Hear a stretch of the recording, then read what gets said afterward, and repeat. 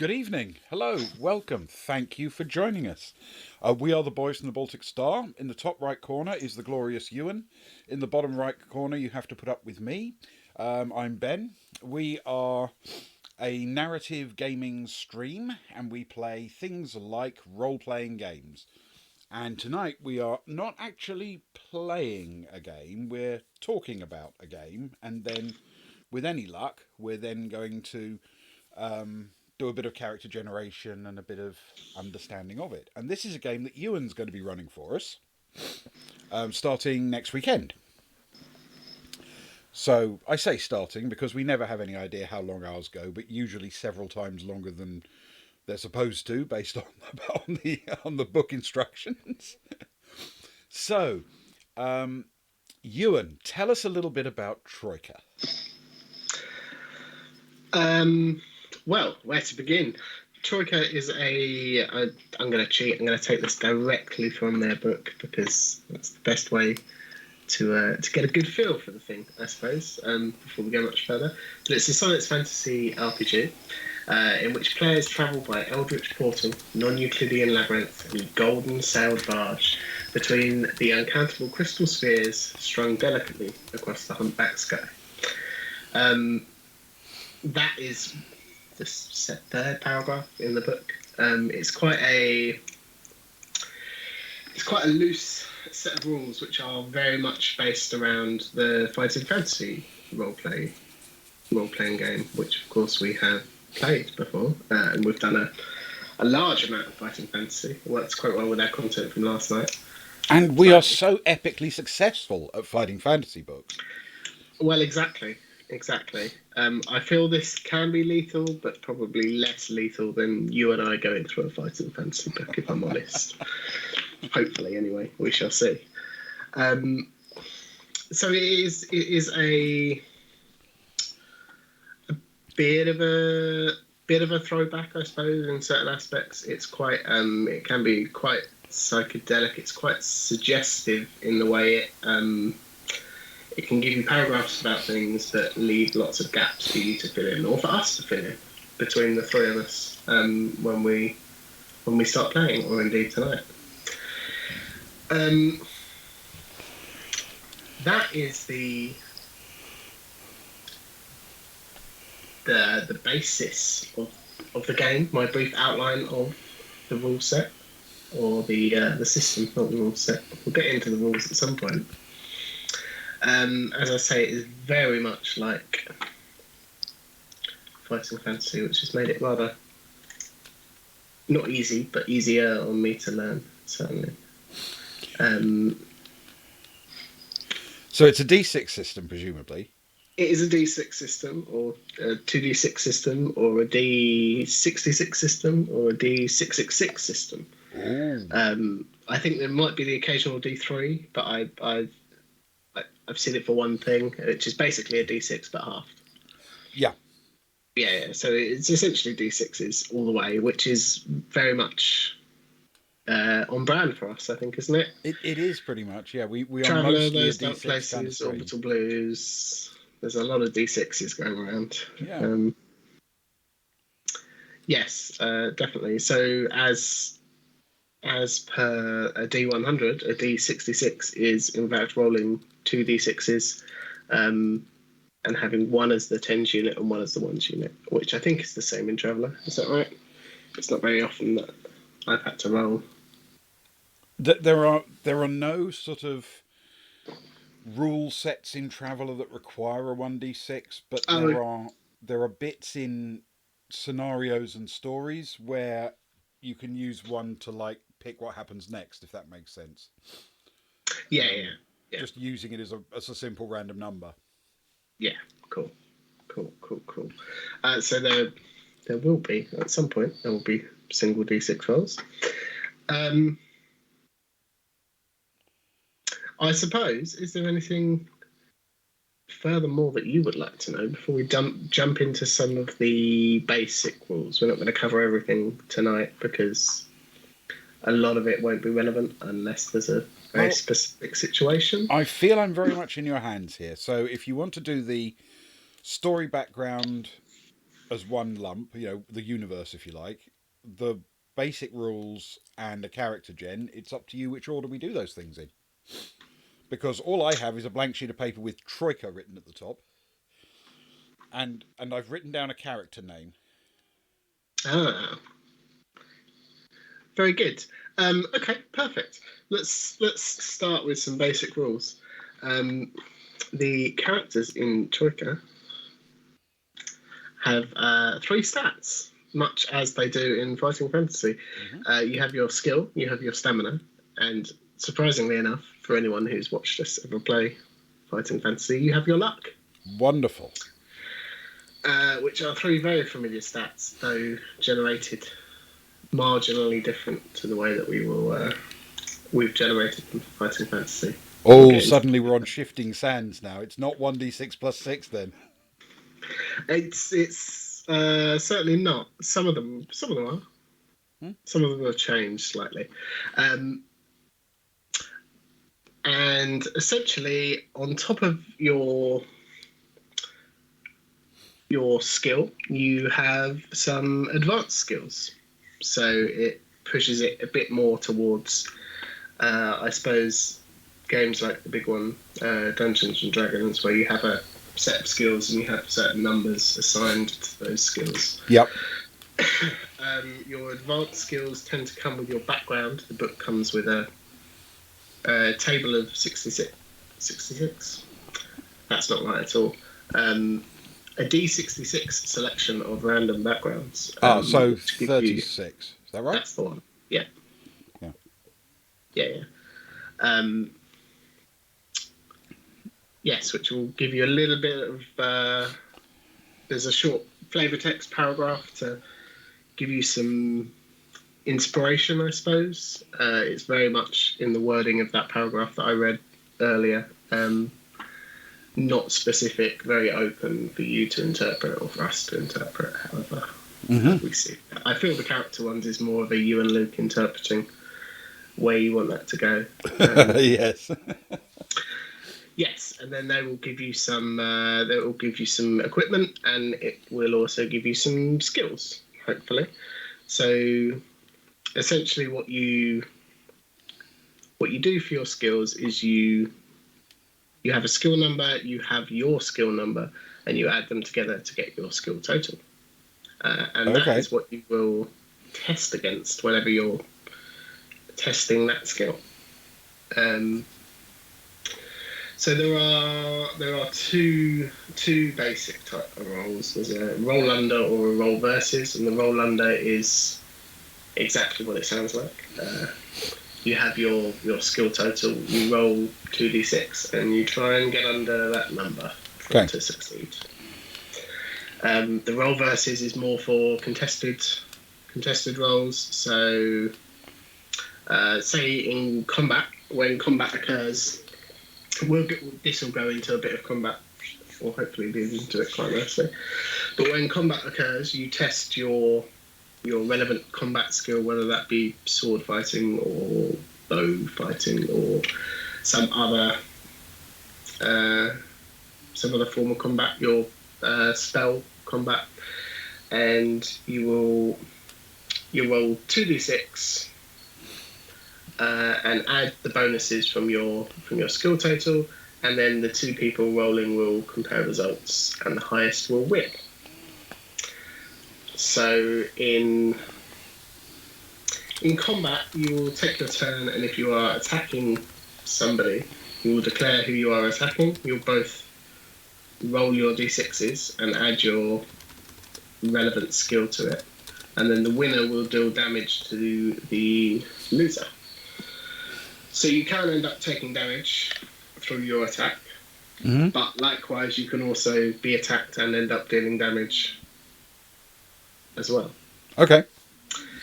Which kind of, I guess, makes sense flavour-wise. I quite like it. It feels like it should be quite quick and quite snappy, but also like you should have things to do when it's not your turn, if that makes sense. Or you should still be able to do awesome things when it's not your turn in combat. Well, yeah. Which I quite like. And who doesn't want to do awesome things? Awesome things are half of the fun, yeah. Precisely.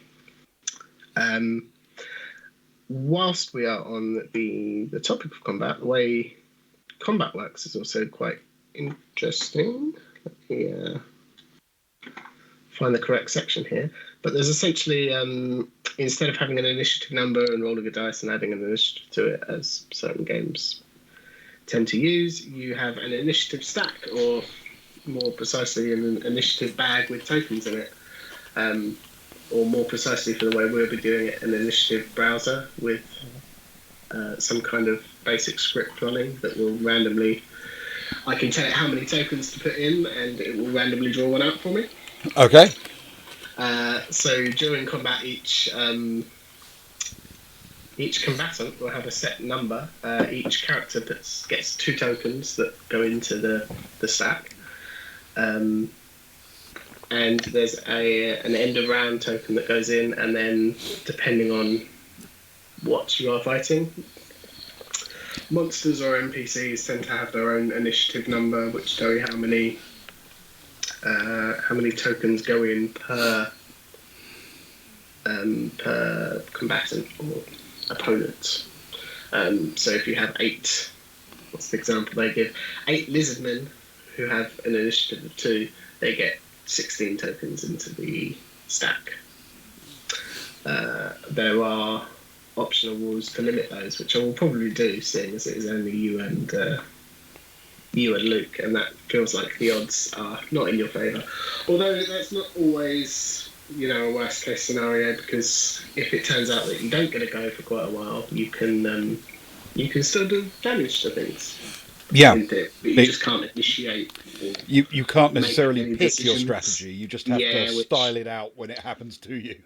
Yeah, which doesn't feel great. So we'll put in some limitations as to what you come up against. But that's all good. That's up to me to do. And each. So after each person's turn, we'll draw another token from the initiative stack, and it will be that person's turn, or that monster, that NPC's turn, basically. When eventually there is an end of round token that will get drawn, and that will be the end of the round. All of the tokens go back in. Anybody who hasn't had their turn doesn't get their turn, basically. Okay. I think the way the book describes it is there's been a moment of hesitation or something similar on their part, or indecision, or something along those lines, which hopefully won't happen too often. Well, you never know. I guess it depends how fighty we are based on how many tokens we get, Yes. The more fighty you are, the more chances you are to be able to intervene. Indeed. Yeah, that is mostly how initiative works. That is how your skill checks work. That's how your skill checks work in combat. There is the option to throw some henchmen in, which I know we briefly touched on last night. It's very much that that old school kind of feel to it. So should you come across anybody who wants to join your party, there may be henchmen. You can throw them into the initiative stack as well. Mm-hmm. Not hundreds. No, but do they come with 10-foot poles, or do we have to procure that for them? No, I believe you may have to steal or fashion or find them their own 10-foot poles. Okay, I'm sure we can get on that. Yeah, exactly. Your actions in combat are not limited to these, but there is a reasonable selection. You can your initiative token will come out of the bag, and it will be your turn. You can choose to hit someone, which is always a solid choice for combat, I feel. Stab, bludgeon, otherwise physically interfere with them. So you declare who you are rolling against, and if it's this is assuming this is melee, and you will roll 2d6 plus your skill total for whatever you are attacking with, and they will do the same for whatever they are defending with, and the winner will deal damage to the other person. You can shoot somebody with a bow or a pistol or a magical weapon. Where you will roll versus their evasive skill, or a shield or a dodge or something along those lines. Basically just to hit them, so there will be no return fire. Yep. Is the way that I read this, which makes sense. If you are shooting into a group of people, you'll pick an individual, but on a successful hit, everybody in the pack will receive a number, and we'll roll a random dice to see who actually gets the damage. Okay. Which feels kind of harsh, but I guess it's the downside for being a standoff sort of fighter rather than an up close fighter, I guess. Yeah, definitely, and you don't have that chance to take damage, I suppose, but you do have chance to damage a random person into the group that you're fighting. Who presumably could be one of your friends if they're in melee. Yes, exactly. Which would be a downside. Also, whilst shooting, if your turn comes up, you can choose to aim. So on your turn, you can decide to take the aim action, much like Traveller with your ranged weapon.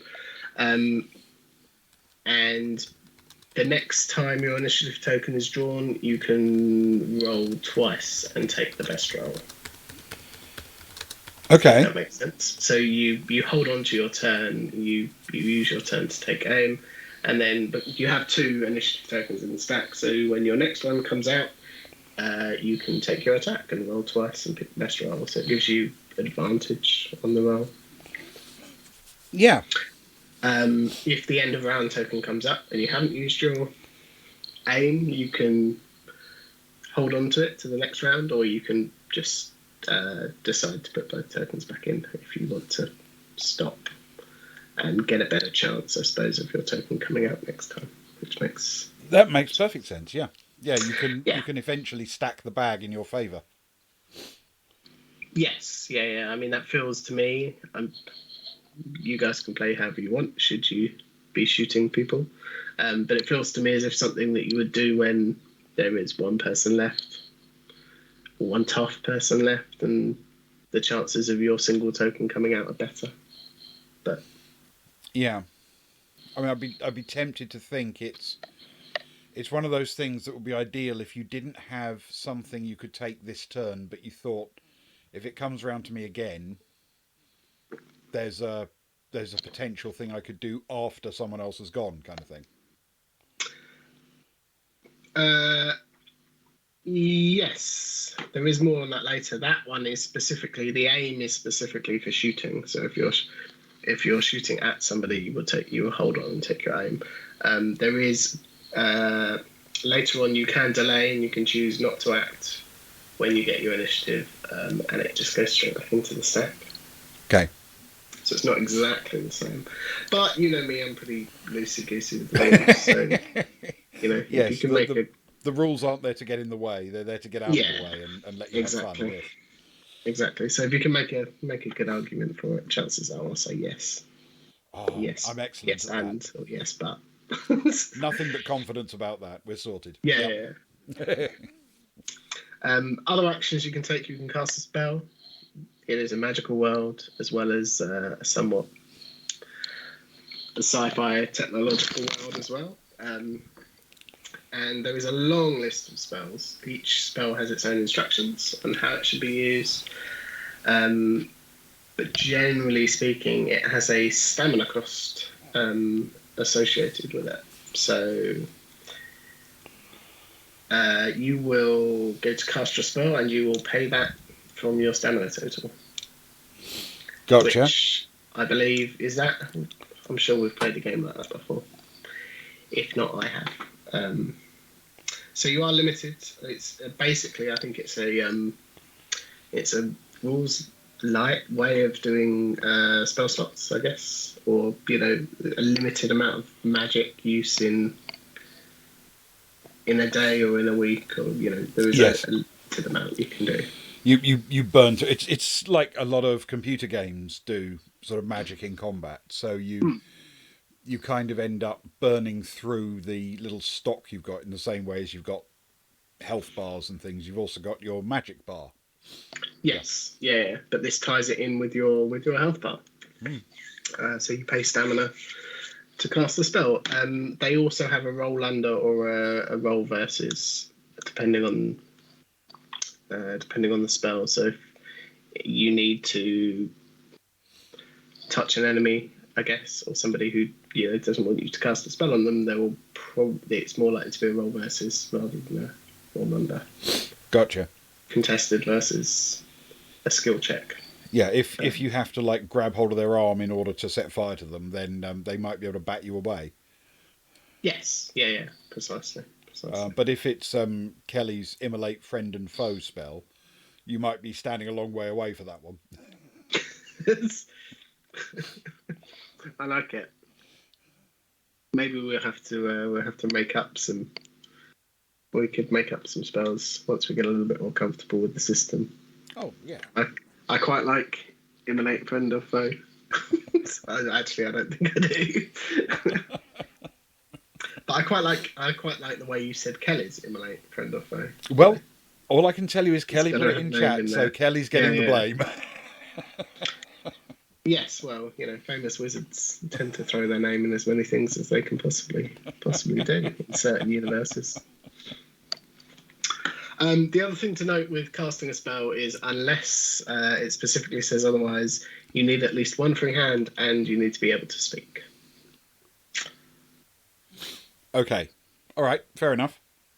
There is also the opportunity that if you are casting a spell and something goes wrong, you will have to roll on what the rules affectionately refer to as the oops table. Yes. So if you roll 2 1s for a roll versus, or if you roll 2 6s for a roll under, that has gone what you would essentially put down as critically wrong. So there could be a result. I haven't read through the whole table, I'll be honest, but there's some fun stuff in there. Yeah, I'm sure there will be. Yes. Yeah, which will include, hits the wrong person or backfires and hits you or whatever. Yes. Yeah, exactly. Your movement in combat, we're not going to be using maps as such because it's very it's quite loosey-goosey with the movement, as I tend to be, and we're going to do everything theatre of the mind. So what it says in the rules is that every action is contains a bit of movement within it, or assumes that movement is involved. So anything less than 12 feet is folded into whatever else you're doing. So if you're attacking, you can move 12 feet, and that's part of your attack action. I get it, yep. If you want to chase after somebody or to perform some more challenging movement, I guess, vaulting over or climbing and things like that, then you will probably need to spend your turn doing it. So that will take your action to maybe not the jumping over stuff, but if you're climbing up a high wall, I would say it'll probably take your turn. But we'll see what situations arise from that. Yeah. Yes, I assume. I mean, some of it will be quite explicit in the rules, probably, and some of it will narrative about, won't we? One way or another. Yeah, exactly. Because we do quite enjoy telling a bit of a story as we go. Yes, yeah, and I'm not one for having things like measurements or how far people are away from you get in the way of telling a good story, dramatic moment. Yeah, I agree. You need a bit of both. because otherwise people can't plan their way through a combat if they don't understand where they are and what's happening. Particularly if it's a ranged combat. but but yeah, a bit of narrative styling is always appreciated, I think. Yeah, definitely. Right, we're almost at the end of things you can do in combat.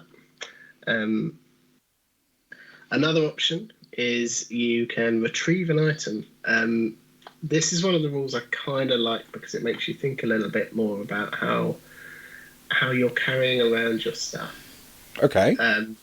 So if you need to get out something you weren't already holding, you need to roll 2d6. I have sent Ben a character sheet, but the way the character sheets work is you have an inventory, which is numbered from 1 to 12, I believe. Yeah, that sounds familiar. Yeah.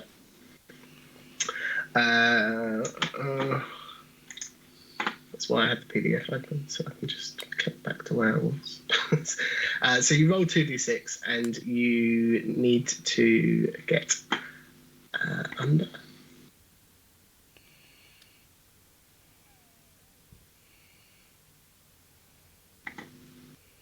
And you need to score equal to or higher than its position on your inventory list. That makes sense. So essentially, if things you know you're going to need in a hurry, you put in at low numbers. So if you roll 2d6, you're likely to be above them.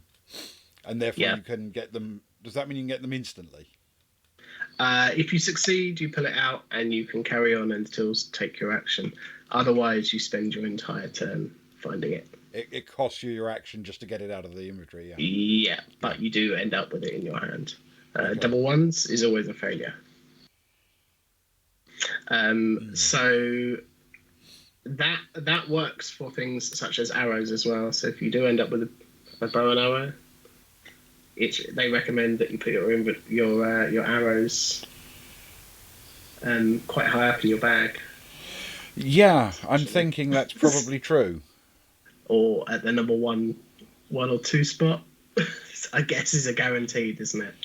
Well, not really. Not if rolling a double one is always a failure, but because of that, 1, 2, and 3 are equally guaranteed. That's true. Because if you roll a 2 and a 1, which is the worst you can do, without having an absolute failure, you still get 1, 2, or 3 out. Yes, exactly. Yeah, so your top 3 are going to be critical. Yeah, perfect.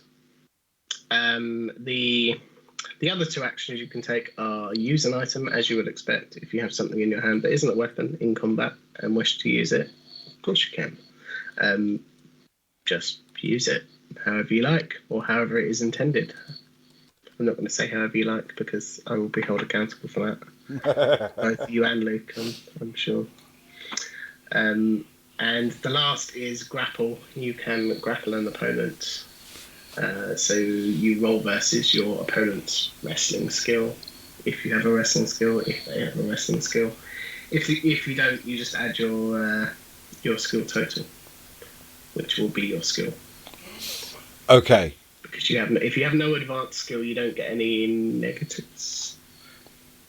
That I have read. I will double check that. Okay. But all you are adding is your skill rather than your skill and your advanced skill. And you add your skill when you're doing a contested roll, don't you? Yeah, and you roll. And you roll under your skill if you're trying to do a normal roll under. Yeah. Mhm. Okay. Yeah. That all seems pretty logical.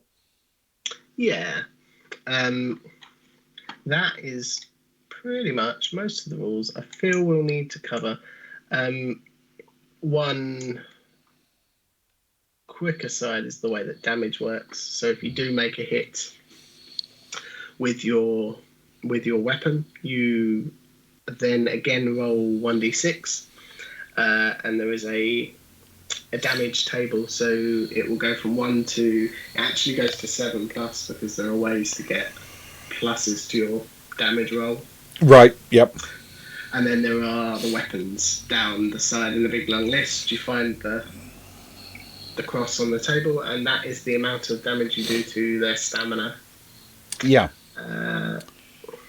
Yes, exactly the way actually some later versions of the Fighting Fantasy rules did it, where, I mean, this might be a slightly more sophisticated way of displaying it, but the way they did it, you roll a d6 and, a particular item, for example, gave you, say, 112233 as the six values. So if you rolled a one or Yes. a two, you scored one. If you rolled a three or a four, you scored two, and a five or a six, you scored three.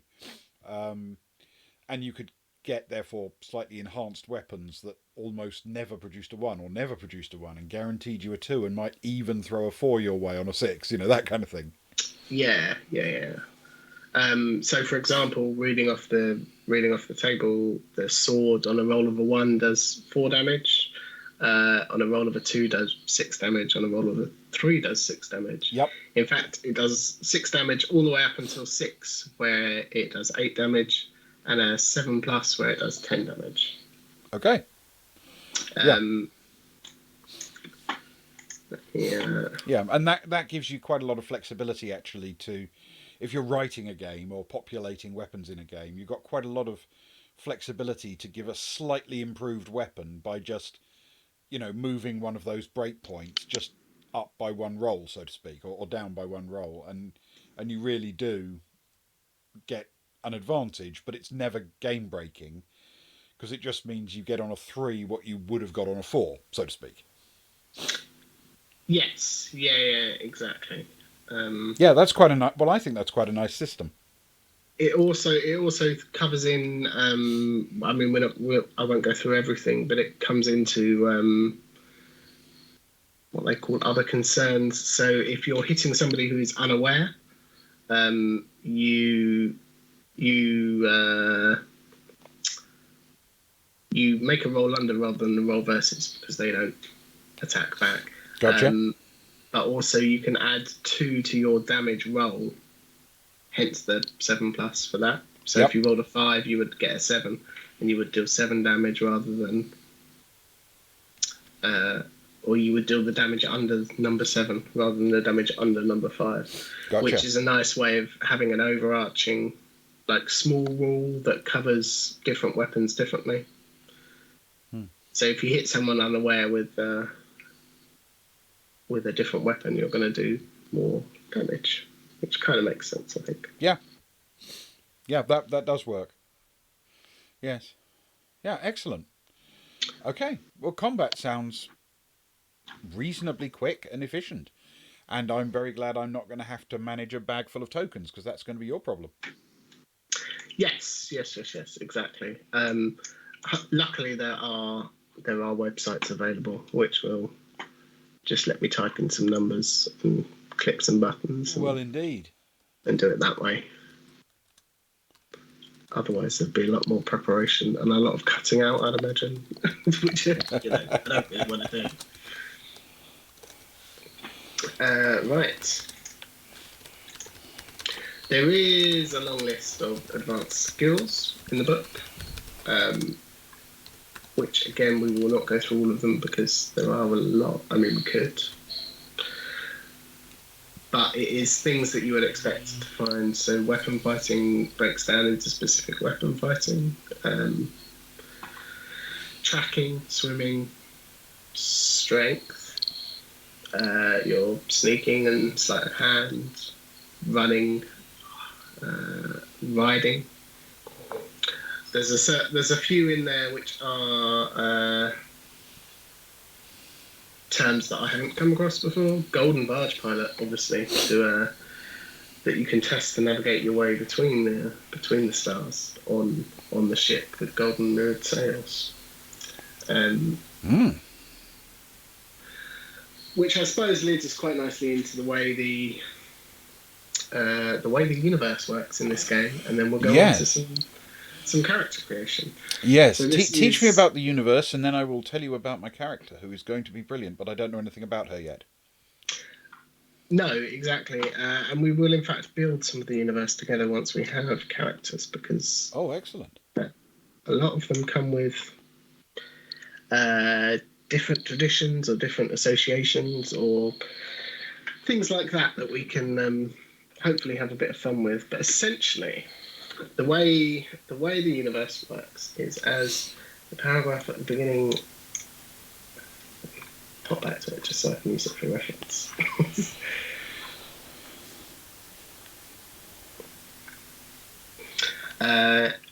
As the paragraph at the beginning says, we are in a science fantasy RPG. There is magic. There is technology that enables you to travel between different worlds, however that may be, or whichever method you choose to use, which will take you to very different settings, very different worlds with very different cultures, or mixing pots of cultures.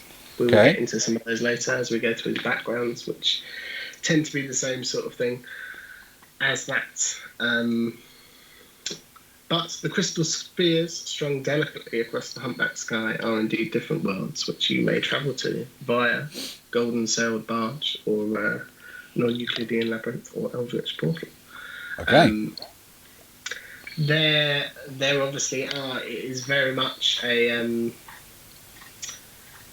sword and sorcery with some firearms, with some magic, with some.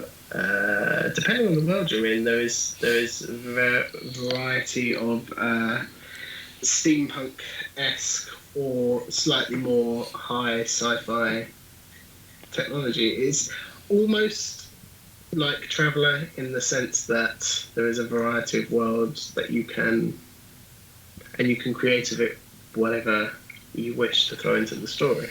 Right. But very much not the same as Traveller, in that it is a little bit more. The books are all a little bit more implied. The setting is heavily implied to make it into whatever we want to. Okay. So there are steampunk elements, but that's kind of dependent on which world you're in, or is it dependent on how we choose to explore it? Is it, if we choose steampunkish type characters, then it becomes more steampunkish? Well, it's also, I mean, that is true, I suppose. It's not necessarily that is going to be the case. A lot of the characters are very genetic, but there are worlds out there which will have a higher level of technology than other worlds. You will come across drilling mechanisms. Let me find the basic part in the entry, which drilling mechanisms. Which covers electronics and. Well, it's not electronics, but what you and I would think of as electronics. Yeah. Automated systems and communications and things like that. Yes. Plasmic cores, which are crystallized starlight cast in metal, or astral vapors captured in a glass, maybe hard ghosts. Whatever it is, it's useful as a fuel source for exotic weapons, magicians. So it's kind of a crossover. It's something that can power both magic and can also hold energy to power whatever you can think of, I suppose, or whatever people in the world can think of. So spaceships, right, drills, doors, any kind of machine or automaton, or there are things out there very much like that. I think everyone will agree with me when I say that a spaceship is really a door. Many things, it turns out, are doors. Frankly, everything's a bit of a door. Apart from natural doors, they're not doors. Natural doors are a problem for us. That's true. It can only end badly. Yes. I mean, yesterday we only found one natural door and it contained a bear. Although we did survive. By running away. Yeah, that's true. We probably shouldn't have opened it in the first place. We gained nothing apart from a bit of exercise. Yeah, bit of calisthenics, but other than Yeah, that, precisely. yeah. Okay. Um, So, is there like a starting world where we start on, or is that still up for grabs? we are going to be starting. Uh, Let me find this. You, both you and Luke, are going to Hmm. be starting in a holding area, a waiting room, by uh, a place between worlds, shall we say? Okay. It is in fact a hotel. I can give you the name. It is the introductory setting in the book, which is the Blanche Mage and Thistle, which is the name of a very extravagant hotel. Um, that is a waypoint between worlds. Okay. Excellent. And we're going And to start in this hotel. yeah, Um, and do we know each other in advance? I mean, are we likely to have previously met, or do we blunder into each other in this like the hotel lounge or something? I am perfectly happy for you guys to know each other or to not know each other. It is entirely up to you and Luke, I would say. So maybe that's something we'll throw Right. out there. Or you can just make the decision now if you want. But So though it is effectively a waiting room between worlds, it could count as a you stumble into an inn and see a stranger kind of thing. yes, yeah, exactly. We can very much make it work that you can bump into each other and find some common ground, hopefully. Okay. Um, or you may be travelling there together and stopping off before heading off somewhere. You may even find, if you don't have a destination, you may even find somewhere to head off to while you're there. Absolutely. So, how does communication work between worlds? I mean, would it have been possible for us to know each other by remote means and then agree to meet at this place? That's a very good question. How do you think communication works between worlds, Ben? I suspect it's possible, but it's probably quite um, steampunky. So you probably write a longhand letter and then put it in a brass tube that's taken off by a uniformed page and delivered, 4 days later at the other end, something like that. Yes, yeah, perfectly, perfect. I mean, I suppose the fact that there are people travelling between worlds means that at the very least you can find a uh, find a courier to take it to wherever you want it to go. Yeah, yeah. If there is, There and would probably be, organisations like universities and libraries and scholarly societies that would actually make introductions between like-minded individuals, people on similar quests, or people who'd written books or papers on similar subjects, if you know what I mean. like what they called, like the singles ads in newspapers, Yeah, essentially that kind of but for thing. adventurers. But yes, I think more like a sort of I am sorry. interstellar explorers club or geographical society or something like that, where there's um, a sense of these places that have libraries of existing books and information that can exist and be folded into it. Good evening, Infinite Monkey Tales. I saw you were playing Deep in Poland earlier. I did stop in for a little while, but I Ooh. couldn't stick around too long. Thank you so much for joining us. Yes, thank you very much. We are currently talking Troika, which we are starting next Saturday. Um, so I'm just going through with Ben a little bit about it. We're making some decisions without Luke because, frankly, it's his fault that he's not here about the world. But he will have equal opportunity to contribute. Well, not Uh, quite equal, but equal no, yeah. in the sense of being, a definitively subordinate partner, but still a partner. Yeah, exactly. And then we will be moving on reasonably shortly to make a character for Ben.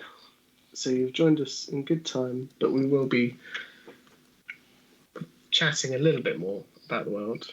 So far, we've got steampunky message tubes that can carry messages between worlds, courier services, and overarching.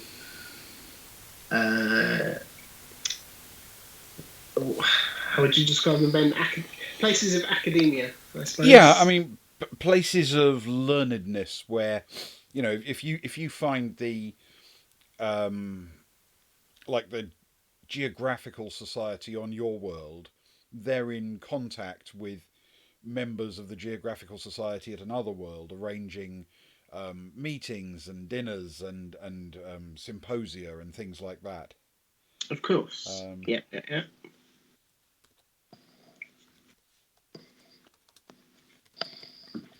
Right. Sorry, this is the point where I'm also taking notes at the same time and not trying to find things on my PDF. But yes, that all sounds wonderful. so as long as that doesn't trample anything in the story or in the plan. No, I mean, as I say, it is it's wonderfully expressive, but also wonderfully vague. That it gives you a great idea of things, or a great set of building blocks, I think, to go off of, in my opinion. Um, Yes, it's like if you're a member of a London club and you're travelling to Delhi or something, you can get the secretary of your London club to write to an associate club in India, and you take with you to India a sort of letter of introduction on club notepaper, signed by a member of your club, which literally is a formal introduction. This is our club member, such and such, and please take very good care of him while he's in Delhi. And then you effectively become like a member of that club for your duration of stay. And of course, the same works the other way if someone from the Delhi club is coming to London. I can envisage that kind of relationship happening in a world where there's a bit of steampunk and lots of actual worlds to explore, because not everybody is quite on your doorstep as they are in an internet world where you can do it yourself almost.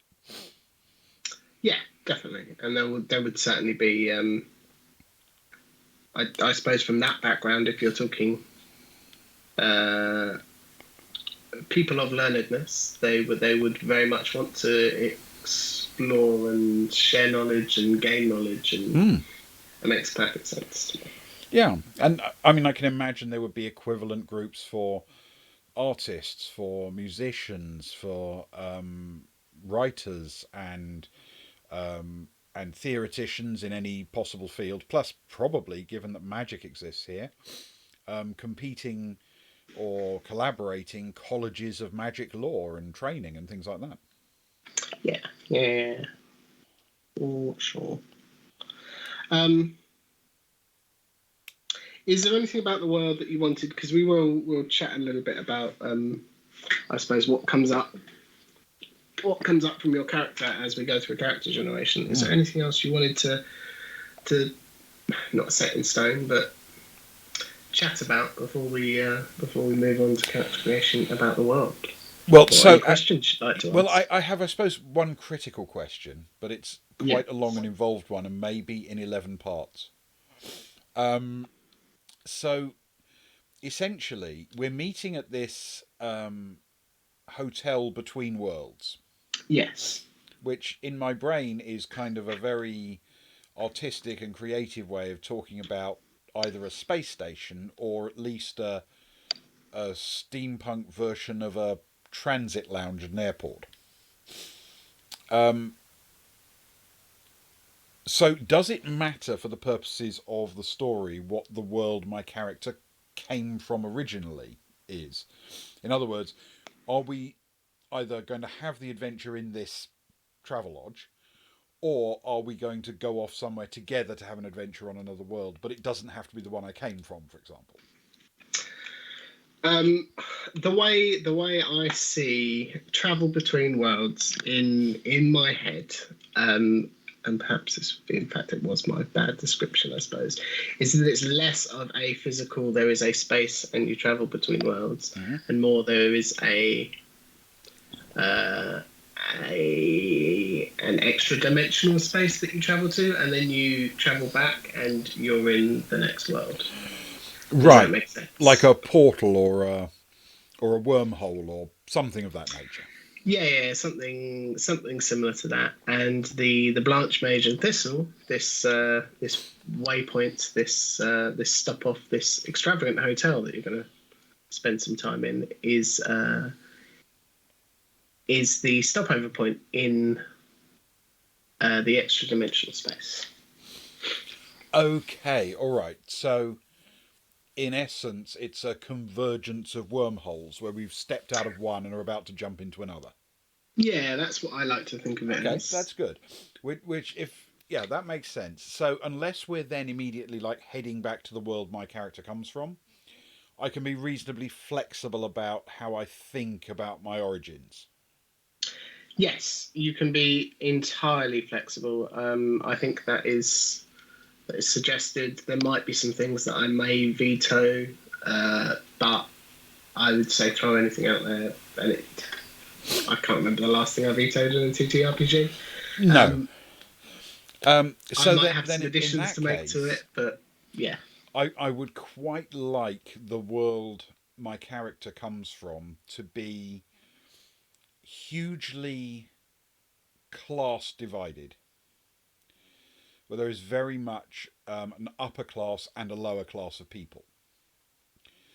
And they all share the world together, but all real power is vested in the upper class. And that power is controlled almost exclusively through information.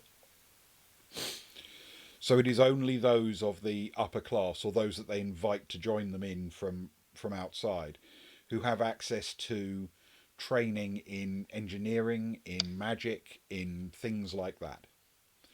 So I would like my character to have become, who's a member of the upper class, if you like, but has become rather disaffected with this horribly divided, almost apartheid society, and has decided to set off and find a better and fairer and more interesting place, maybe with the hope of one day heading back to right some wrongs in the future. Very nice. I like it. And on that note, let's jump into some character generation. Oh, yes, absolutely. This could either tie in horribly or really nicely with whichever background you happen to roll in your 2d6. But if it does, don't worry, we can always re-roll. Or you can just pick one, to be honest. It is a random generated background. There are 36 of them. But if you don't like the one you get, I'm not going to force you to play it. That would be madness. What kind of fun game would that be? I'm sorry you rolled this random number out of 36 random numbers. That's what you're stuck with. Yes. Okay. Speaking of being stuck with numbers, the first thing we will do is roll up some stat numbers, which you will be stuck with. Yeah. All right. So how do I do skill, stamina, and luck in this game? Right. So first off, we will roll for your skill, which is, I mean, this feels harsh. We are used to 1d6 plus 6. Yeah. Alas, your skill is 1d3 plus 3. You are kidding me. I'm not kidding you. Wow. This had better be a good one. Well, I mean, at least you're getting plus 3 to it. But also you get some advanced skills on top of that. Okay. Well, the good news is my 1d3 was in fact 3. Ben. So I may only get a 6, but it's at least a 6. Yes. So skill 6, that still feels horribly low.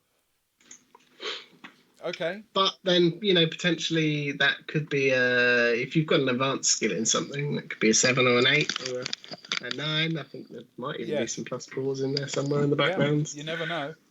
There are rules to advance as well. So once you reach a a suitable resting point, you will roll some dice on skills that you have successfully tested since last time, and I have to double check rules. I think it's you roll under what you have or over.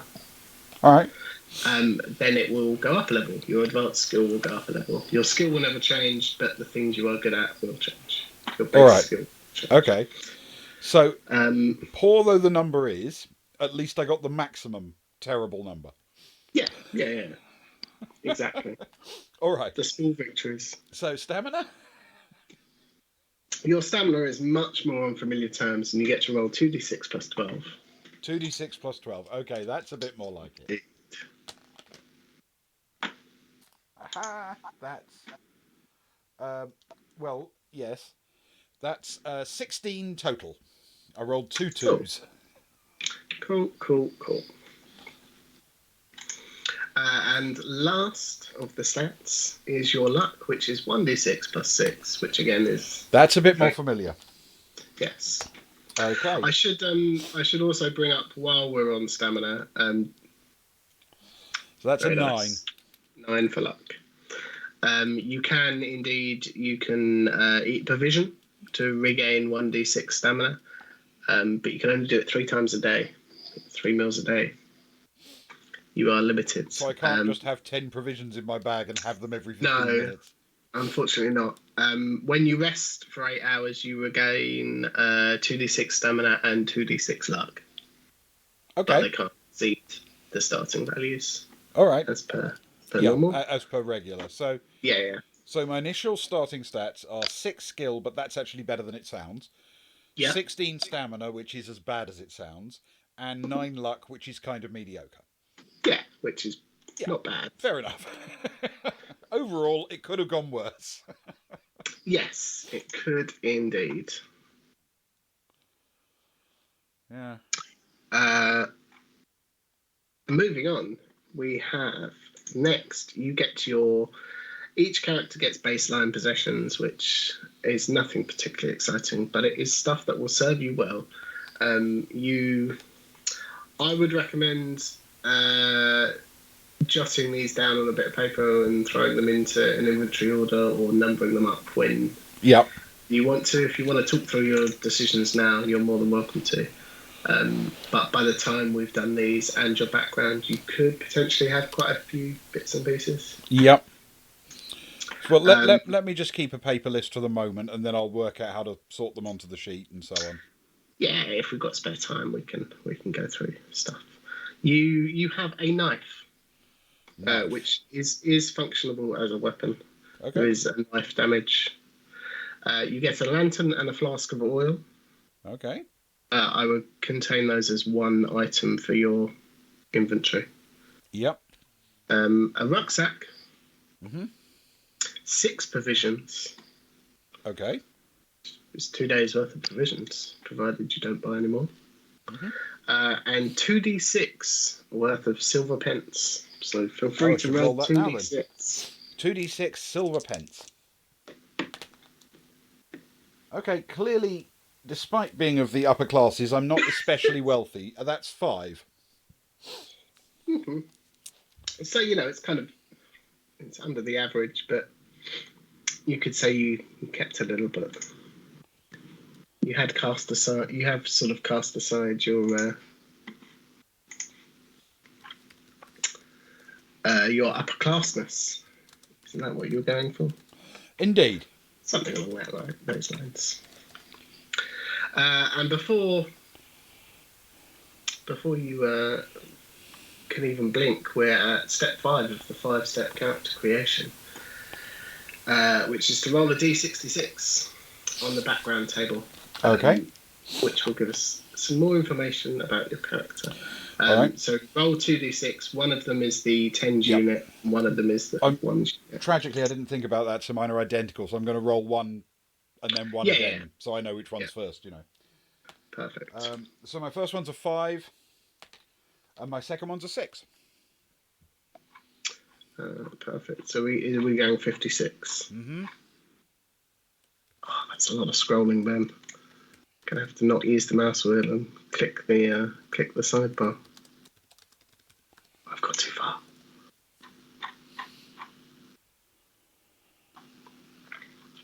Well, you just missed out on my favourite one.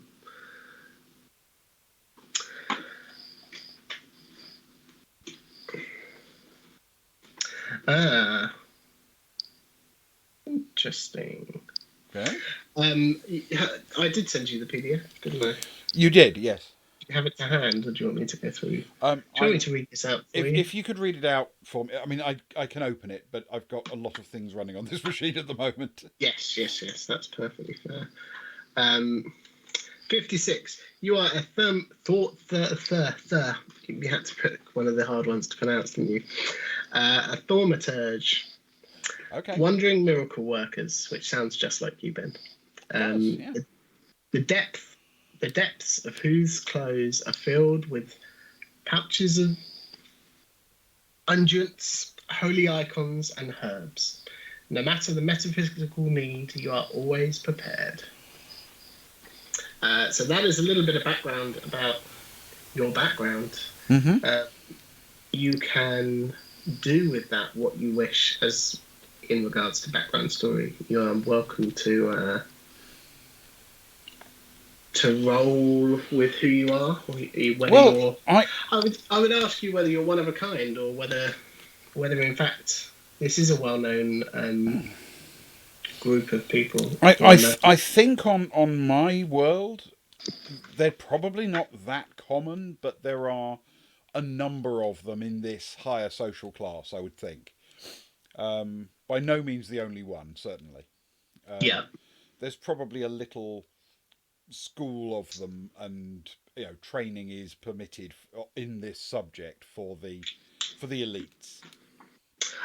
So it is specifically for the elites. Oh yes, I mean, unless your ambition was to be a semi-skilled or unskilled labourer, then I suspect the elites would deny you access on my world to the knowledge required to do almost anything.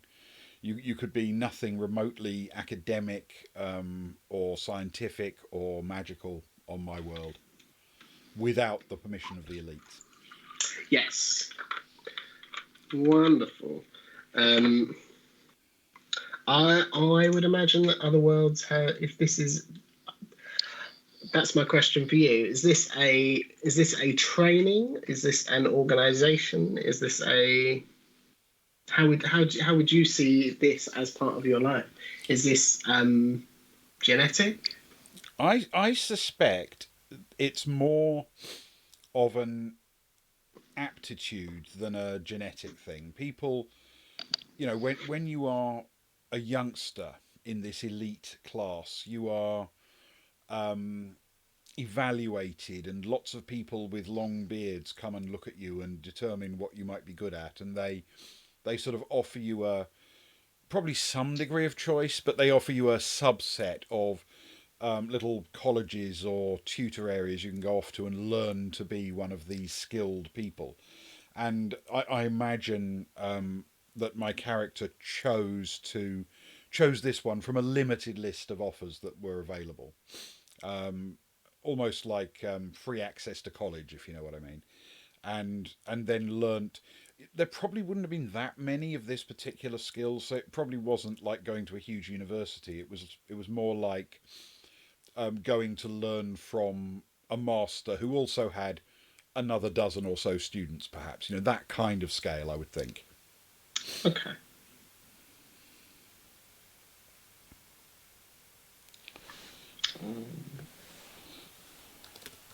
Sorry, just put some of this down. Cool. That all makes perfect sense. Right. This also gains you some possessions. Oh, good. You in fact gain a thaumaturgic fez. A fez? Yes.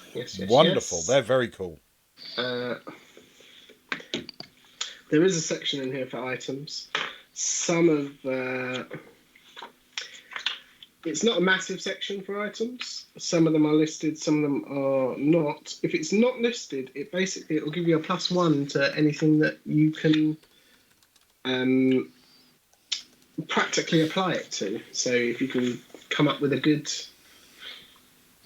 use for your fez, it will give you a +1 to whatever roll you feel is relevant.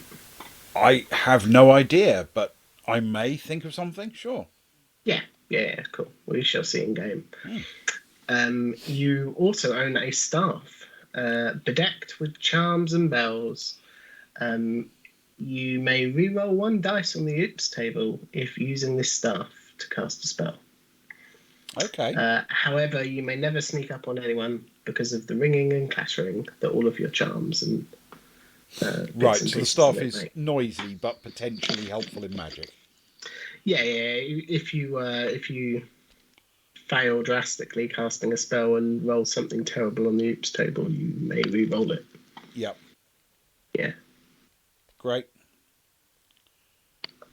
Perfect. You also have a pair of curled shoes, Oh, excellent. which sound wonderful to go with your fez, if I'm honest. I mean, I'm completely loving this look already. Yeah. But wait, there's more. Not only do you have curled shoes, while I'm here, I'm just double checking that none of this actually has any other use for you, because some items do. You have a voluminous robes. Yeah, robes with lots of volume. Robes of volume, yes. Which, I mean, it's up to you. Do you think either your fez, your shoes, your robes, or any of the charms on your staff are to do with the school on your world from where you came, or do you think that's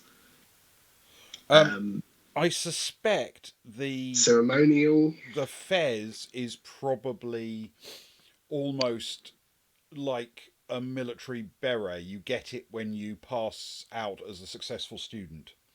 There's probably a fezzing ceremony Yeah. when you graduate. The staff you probably create and grow its ornate nature as you progress through university. But I suspect the shoes and robes are more a personal preference. Perfect. Cultural outfit, yes, I would think.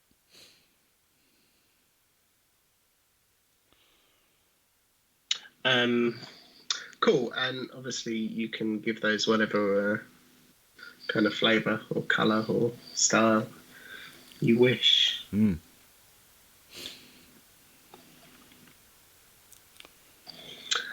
Brilliant. Next, we move on to some advanced skills. Fantastic. Which, for you, are pretty much a lot of spells. Oh, good. Yeah. Okay.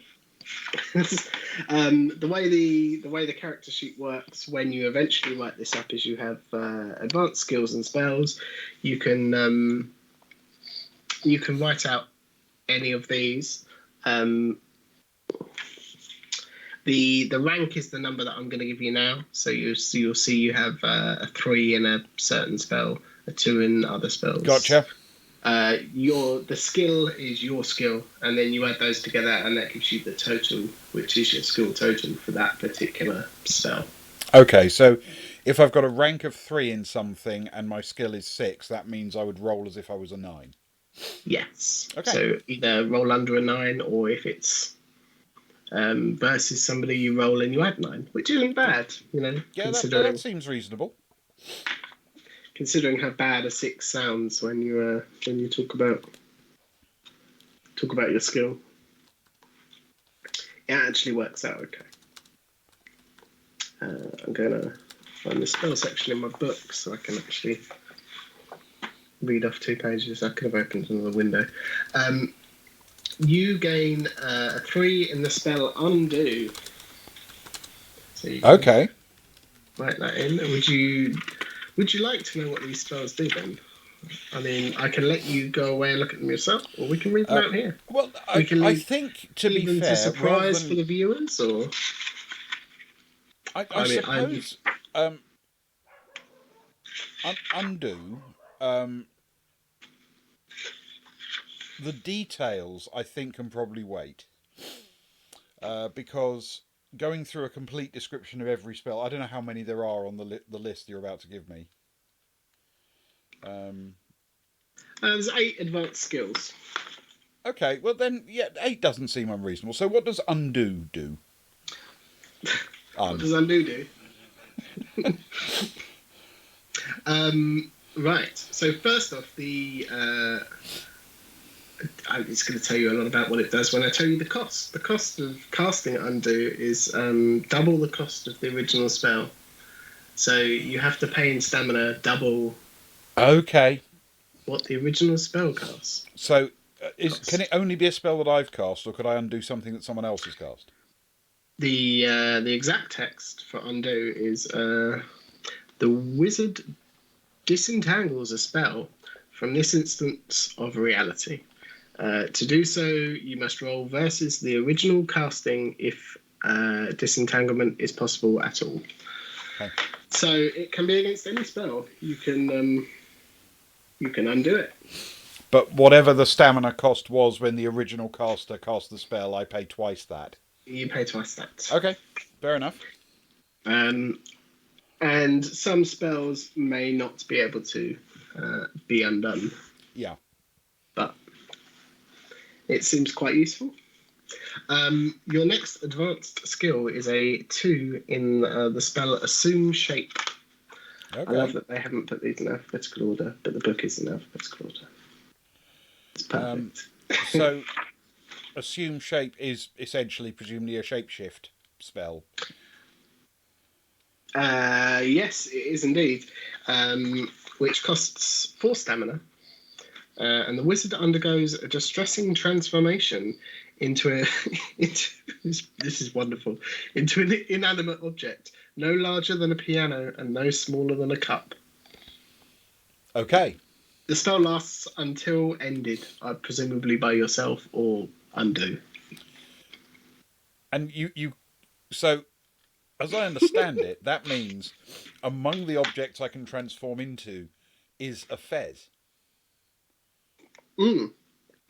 Possibly a slightly smaller fez so you can fit inside your own fez, or a slightly larger fez so you could fit on top of your own fez. Like a Russian nesting doll of fezzes. I feel the word fez is going to turn up a lot in this game suddenly. I do love that you have a fez. It's quite perfect. But I could definitely see some uses for definitely. that spell. For sure. That's good. Then you also have a 2 in the spell Thunder. Thunder. Yep. Which I can sort of guess. I mean, I've read the book, so sort of don't need to, but I will check it. So I've got the exact costs and wording. Thunder only costs 2 stamina. Okay. The wizard, or the thaumaturge in your case, raises their arms and shouts something suitably ominous. All within 24 meters must test their luck or skill for enemies, because enemies don't have luck. Or be deafened by a riotous roll of thunder. Luck or no, they're mightily impressed. Okay. So at the very least, you impress everyone around you. And possibly deafen people? Yeah. Yeah, and it's anyone within that circle, so friend or foe. So Kelly's going to like this one. Yes, yeah. All within 24 meters. A completely indiscriminate fezzing that they get, yes. Yes. Precisely. Which is the best kind of fezzing, if you ask me. I tend to agree, yes. Okay. Your next one is a 2 spell, but it's a random spell. So if you could go ahead and roll another D66 for me. I can. The first is a 5. The second is a 4. Wow, wonderful. This is the spell Levitate. So you get a 2 in the spell Levitate. Okay. which costs 2 stamina. Okay. And elevates the wizard or another on the backs of tiny invisible sprites who answer only to their summoner. You can float for about 3 minutes. Can you move only up and down, or can you drift sideways and what have you? And they can pretty much. We'll see how this one goes. I see it as you levitate something or you levitate yourself, and the tiny invisible sprites will only answer to you. Right. So if you tell them to move forwards, I don't see why they wouldn't move forward. Fair enough. Okay then. Yeah. So you got about 3 minutes of not insanely fast, but gentle, floaty travel. Yeah. Yeah, that seems reasonable. Yeah, good. Perfect. We're now down to the spells that you are not quite as good at. You get a 1 spell in brittle tweaks. Brittle tweaks. Tweaks. Oh right, yeah. I mean, we'll see what it says and see if we can adjust it just for you into brittle tweaks. But brittle tweaks, which again costs 2 stamina. Mm-hmm. You snap a twig or other brittle object to cause an injury in another. They must test their luck, or skill for enemies, or suffer a broken bone. That seems quite good. That actually seems all right to me. Yeah. For 2 stamina. Yeah. I suppose you have to find something brittle or twig-like, but other than that. I mean, you're right, but it sounds to me like something I can stick in my pocket or rucksack. I do, after all, have voluminous robes. Yes, indeed. Yeah, for sure. I mean, I'd say, for the sake of starting, I'd say you don't start with any. But I'm sure there'll be something in a hotel that you'll be able to to find or pick up. Oh, finding something that is small, portable, and can be broken with the twist of a finger shouldn't be too difficult, should it? No, definitely not. I mean, that's why they make pencils. Well, precisely. I like it. That's a good spell. Next up is a 1 spell, and it's another random spell. So if you could roll another D66 for me. Yes. A D66. This one is a 5 and a 3. Right next to your 5 and your 4. Yeah. The spell Languages. Okay. Which I feel I can, sort of guess what this does.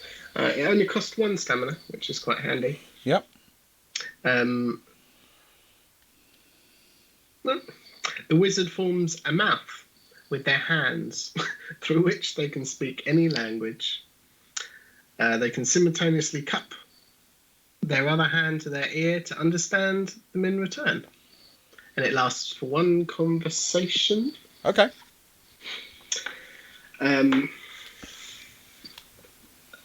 I want to see this happen on stream. Oh yes, I think there's going to be a certain amount of good mining of this one. Yes. Yeah.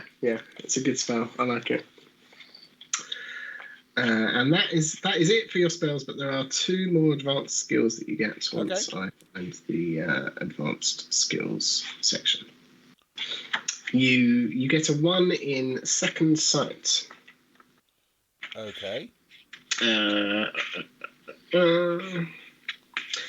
Second sight. You use this to detect magic. Use of this allows the detection of magic. On a successful test, you focus your inner eye, and all sorceress activity glows faintly for a moment. Okay, that's useful. So this would it's very useful. Yeah, this would be a roll under. You will roll under your second sight skill, and if you pass, you successfully focus your inner eye and can detect anything magical for a brief moment. Yes. And you also get a 1 in astrology. Astrology. Okay. And the text on this specifically says, it's an essential skill for anyone intent on travelling the stars. Can be used to identify stars and constellations or gather hints on the destination of interdimensional portals and to make star charts. You see, as far as I'm concerned, that makes brilliant sense to me. This was clearly an elective at Thaumaturge School. And my character already determined that this place was not socially compatible with her values. Very much decided to take this as an elective to help her find other worlds and to travel. I think that's absolutely bang on. Yes, perfect. It does. That does make complete sense, and I like it. Um, yeah, wonderful. Something that they've always had in. They knew was going to happen from early on, and something they chose to study to enable that. Yeah. Right, that is it for your advanced skills. You may also see that there's a specials section on the character sheet. Mm-hmm. And you do, not all characters, I don't think, have a special, but you do in fact have a special skill. Do I? Which allows you to test your luck to just so happen to have exactly the, in brackets, common mystical bauble or giga or thing that the situation requires. So if, for example, I needed one of those breakable twigs or sticks or pencils, I'd be able to take a luck check, and if I won it, I'd have one on my person. Yeah, definitely. If you manage to find one, even better, but you can totally test your luck to do it. And see if you have it. Likewise, if there's anything else that comes up in any adventural world or other such place, then you can do the same. Do I happen to have a box of matches or a whatever on me? A common, regularly available item, yes. Gotcha. Yeah, I would say this one probably has to be mystic or magic in nature. I would perfectly happily say a brittle, a twig, because that is part of your casting for that spell. It's a thing that I would probably have. Anytime I saw something like that, I'd have picked it up and tucked it in my pocket because I know I can use them. Yeah. Yeah, I like to think of these being dangled from your bedecked staff. I suspect I would have that the is your staff choice to be a bit more shiny than that. Ah, I like that. The things like twigs and stuff, they're a bit dull. Yeah. I think I'd go for something a bit shinier for the staff. Yeah. Yeah, that makes perfect sense. A quick note on luck, which I didn't actually. I must have totally gone over that in the rules section. Is when you're testing your luck, you roll equal to or under your luck skill. Which I think is exactly the same. It is. As what we're doing. Every time you test your luck, you have to reduce it by 1, regardless of whether it's successful or not, which is the same as what we have been doing in Fighting Fantasy. Testing your luck is optional. So if I want you both to make a luck test for some reason, it can happen.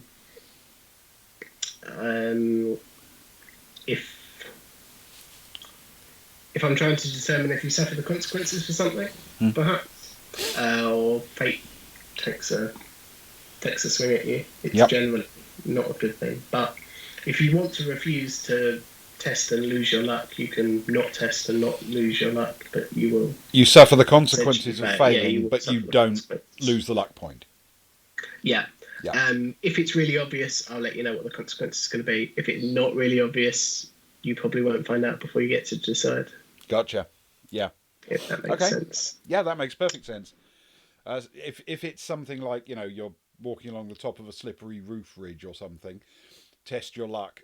Yeah, we can all guess what happens if you're unlucky. You slip down the roof. But if it's something really obscure that, something you haven't seen yet is already coming towards you at high speed, and you're going to be lucky if you evade it, then yeah, it wouldn't be something you'd necessarily know going in. Quite right. Yeah, exactly. I obviously skipped over this entire page, so I'm just briefly gonna bring this up. You can test your luck in combat. This may be where I got. I think last night I asked if I could test my luck on a tie, and in fact, here in the case of a tie, you can test your luck to try and beat the tie and win it in your favour. Okay. So normally, if both contestants tie in combat, nothing will happen. Yep. There'll be no damage dealt. But if you wish, you can test your luck, reduce it by 1, and if you roll under or equal to your luck, you will win the combat and you'll do damage. That sounds completely logical to me, but I do have to note I have a limited amount of stamina, which is also my health pool. Some of these spells cost up to 4 to cast, and in the case of Undo, can cost a lot more than that, theoretically. And I've only got 9 luck to begin with. So avoiding fighting when possible seems to be a plan. Yeah, I mean, traditionally speaking, we are a low combat channel. We are. But it would be remiss of me to not bring up the rules, especially as we're starting with a pre-written learn the game absolutely scenario. No, this is without great. giving too much away. You can also test your luck if you successfully hit somebody, and if you're successful, you can add 2 to your damage roll. So not 2 to the damage, but add 2 to the damage roll, which is another reason that it goes up to 7+ on the damage table. And that's it for luck. Excellent. So, do I get to name the world I come from as well? Yes, back to your character. Do you want to name your character first? Do you want to name the world first? You can name whatever you want. Well, give us some names, Ben. The name of the world I come from is going to be Helvetica. Wonderful. Can you spell that out for me? Just HELVETICA. Yeah. Perfect. Just as you might imagine. Yes. And my character, a young woman, I think I'm going to play this time, from a distinctively noble and, if anything, rather stuffy family who's fled to find a freer way of life. Yeah. Is called Lucy. Lucy da Console.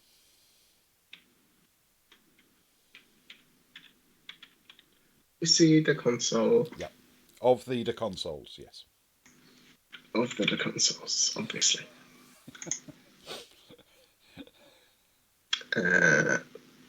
Perfect. Okay. Yes. And that is making your character.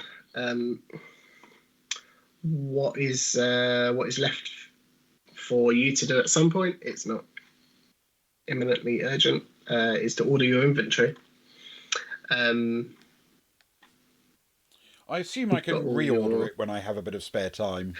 Yeah. Whenever. I mean, depending on the extent of which you're doing it, it could take. If you want to swap the top 2 bits around it, probably.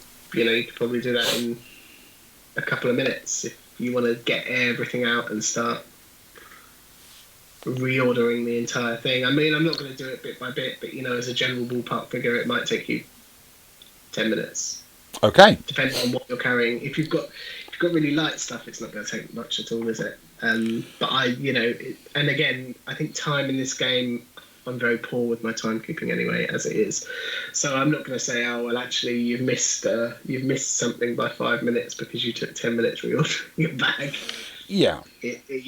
Whenever there's some downtime, it's an easy enough thing to do. Definitely. I mean, there are obviously things I'm going to be wearing and things I'm going to be generally carrying. I mean, I imagine my staff is tall enough to use as a sort of something you walk with all the time. Like a fairly substantial stave. Yes. Yeah. Cool. So that's my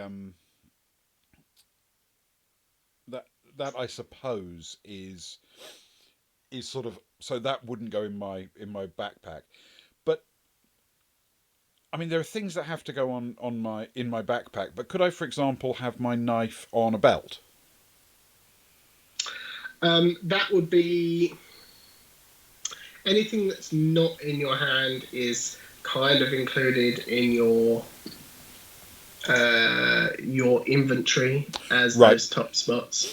So I mean, you could totally have it on your belt, but I would say that your belt is probably 1, 2, or 3, Yeah, sure. or That 1 or 2 of your yeah, that's inventory. absolutely fine.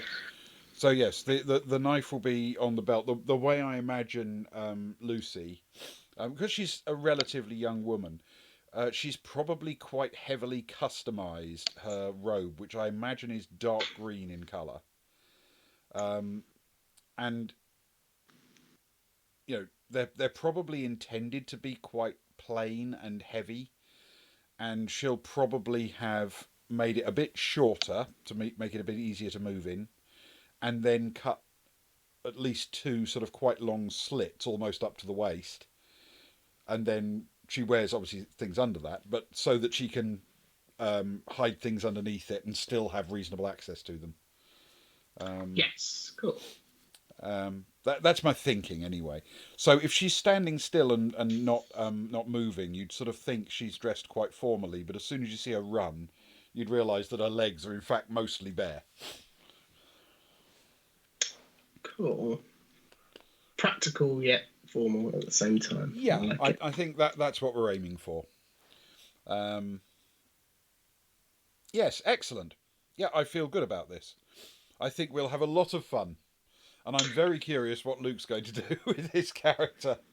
Yeah, I very much I love all of the flavour that they've put into the backgrounds and the sort of very open direction it sends you with what it's given you. But as you've shown, you can come up with some really cool, interesting things that fit in with the vague, almost prose-esque words that they've thrown at you. Well, hopefully, nothing I've done has tripped over a story element or anything. I'm going to be honest. The stories are pretty much the same sort of a similar sort of vagueness. You know, with the lore, there are definite bits of lore, but none of it is specific to Helvetica or anything like that. There's not a lot you can do. I feel that would go wrong. I might eat my words, but I think we'll be okay. Yeah, excellent. I'm very pleased about this. I didn't intend exactly to have that kind of character, but the idea I had about being a sort of skilled individual, I suppose that could have worked with most possible backgrounds that we rolled. Um, so so yes, I'm very happy with Lucida Console, Escapee of Helvetica. Wonderful. I totally should have asked this before we got into all the details, but are you happy with that background? I did say you could re-roll or, just pick one if you wanted to, and then Oh just yeah, completely breezed over no it, no, as long as you're happy with... I, I was perfectly happy with. I would have wanted her to be someone who possessed technical skill or knowledge that would have been denied the the lower class on Helvetica. Yeah. But I'm entirely comfortable with any of those. If she turned out to be an engineer or a military officer or a doctor or anything like that, that would have worked just as well. I'm entirely comfortable with her being a magical type person, and especially with a fez. Yeah. I love the fez. What I will do is I'll get the image because all of the backgrounds come with well, to my mind, some wonderful imagery that very much sets the tone for the game. So I'll put that in Discord. I'll try and pull it out of the PDF. We have permission to do so. Yeah. For Luke for the stream, if he wants it. Yeah, but I love the fez. I love the robes that you've described, and your jingle jangly stuff. Sounds wonderful. Yeah. I mean, I think the description of the staff included bells. I think bells are a bit ostentatious for the way I imagine her, but what I do certainly imagine is like little occult devices all the way up and down that are like small pieces of steampunk mechanics, that move against each other, and they when you need to sort of work something out that's magical, it's like having a little mechanical calculator on your staff. So you sort of rotate one ring relative to another, and that kind of thing. So those kind of things would definitely be jangly and metal and clatter into things. And I suspect also the staff would probably have a very firm steel tip to it. Partly because I feel someone who can cast thunder would also want to have something you can jam into the ground to conduct electricity, potentially. Yes, or at the very least, make a very dramatic statement as you are casting thunder. Yeah. So, I mean, exactly what it would look like. I'm not skilled enough to draw such things, but if you can imagine it like that, I think it maintains the spirit of it without having literal bells on it. No, and as I say, these are all loose things to go with. Some of them give 3 or 4 options for a particular reason for something, and it's all very much you can roll with one of these if you haven't got any inspiration, or just make up something on your own. So I think as long as your staff is noisy, then however, for whatever reason, it will definitely be noisy, and I would suggest also, unless you went to some length of like sort of wrapping it in the cloak or something, it would also be quite shiny, quite reflective of light, and quite obvious. So unless Lucy is actually deliberately trying to hide it, it would probably be quite ostentatiously visible as well as noisy. Yes, cool. Yeah. No, I'm completely happy with that, and I very much like the concept of just rolling some dice and seeing what came out. And weirdly, maybe it's because what I was picking as character background wasn't really the same as their career or skill sense. That's a bit more generic, isn't it? Because of that, they just seem to line up reasonably well. But yes, I'm excited to take Lucy into the field. I think she's going to be fun. Cool. And probably quite sarcastic. Good. I won't warn Luke, so I know he's around in chat, but he might have disappeared by now. Thankfully, he doesn't know how to work a VOD, so there's no danger whatsoever of him ever learning. That's canon, by the way. It's now true. It's Baltic Star canon. Luke cannot work VODs. Luke cannot work a VOD. Yeah. No, I'm looking forward to the first character that gets on Lucy's wrong side and gets a proper fezzing. I'm looking forward to that becoming a term. I feel fezzes are doors and are now verbs in every possible way. Yes. To fez. Yeah. Yes, this character feels fun to me, and with any luck, I mean, I have no idea what Luke's going to roll or what he'll then do with that backstory, but we will no doubt learn to be compatible enough to play through a game together. Yeah.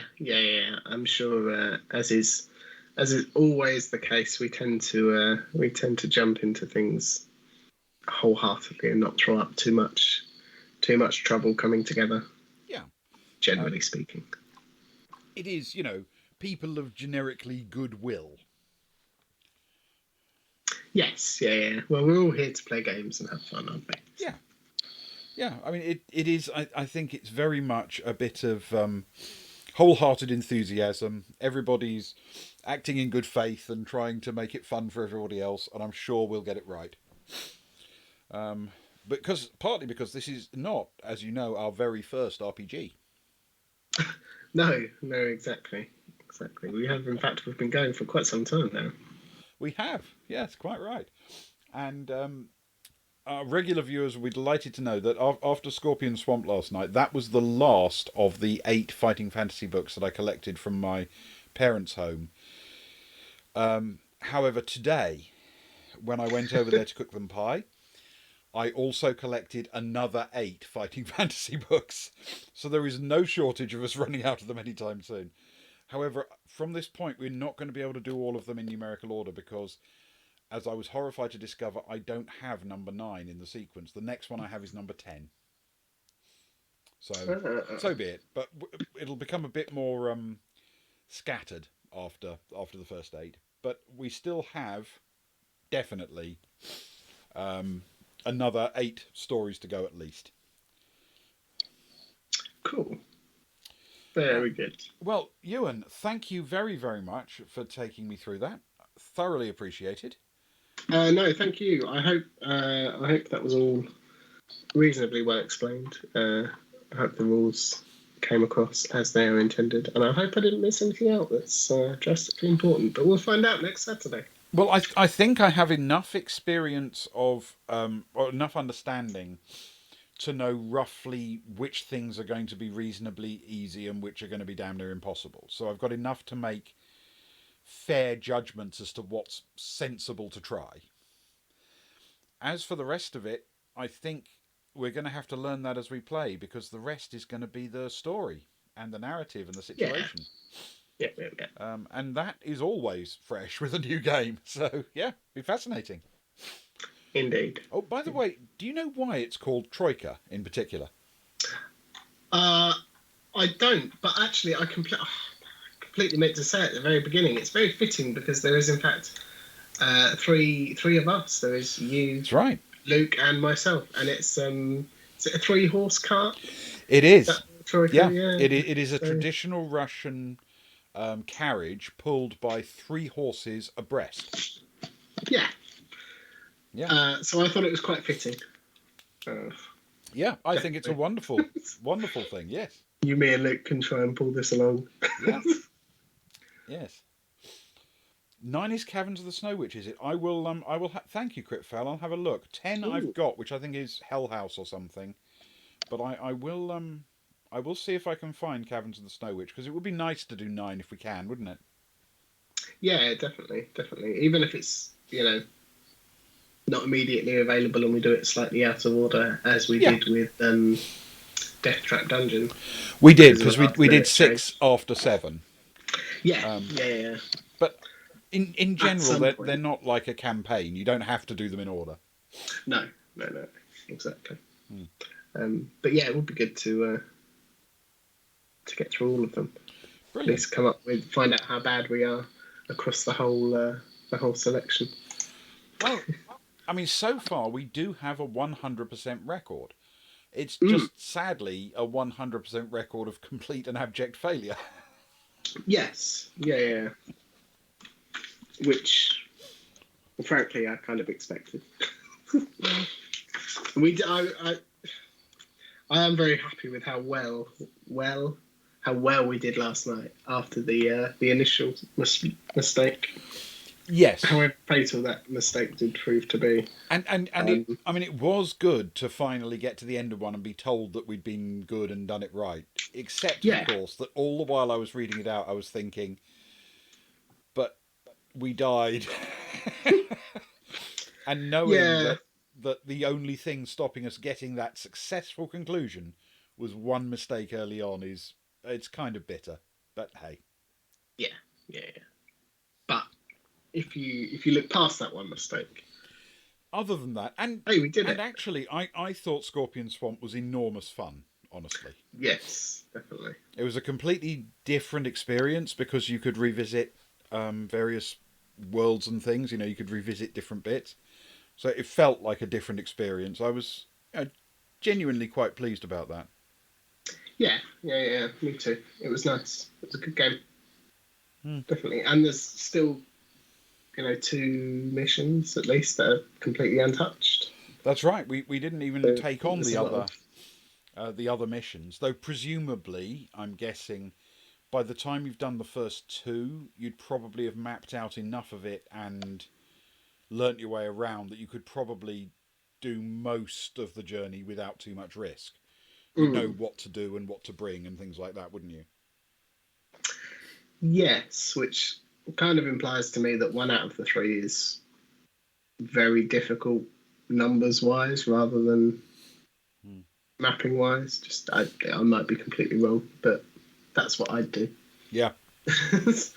Yes. Frankly, if I Well, was you writing know it. what? We could at some point effectively tear up our map of Scorpion Swamp, wait until we've forgotten where everything is, and then have another go, but pick a different quest.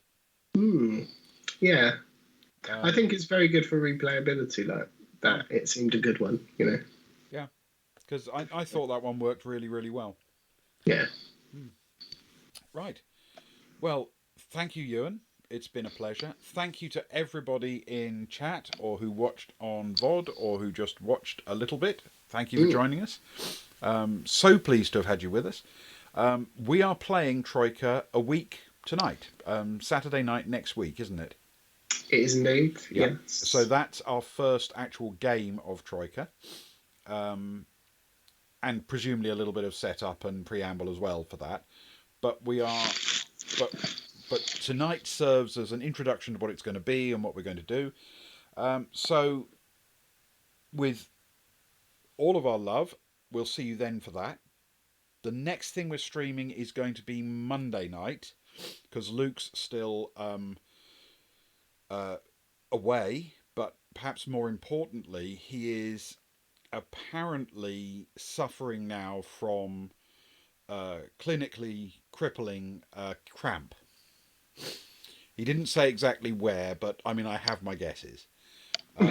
Which he developed while away from home in an Indian restaurant. Um, Now, obviously, Ewan and I are sending thoughts and prayers, as you can imagine. So, for that reason, there is no danger whatsoever of Luke streaming tomorrow night for a sort of normal Spooky Sunday type stream. But he will be back and in fine form, apparently, for a Monday night stream. So, if you're around, join Luke for a Luke Plays on Monday night. Until then, thank you, everybody. Thank you, Ewan. Thank you, And, Ben. and I will bid everyone good night. Cheers. Good night.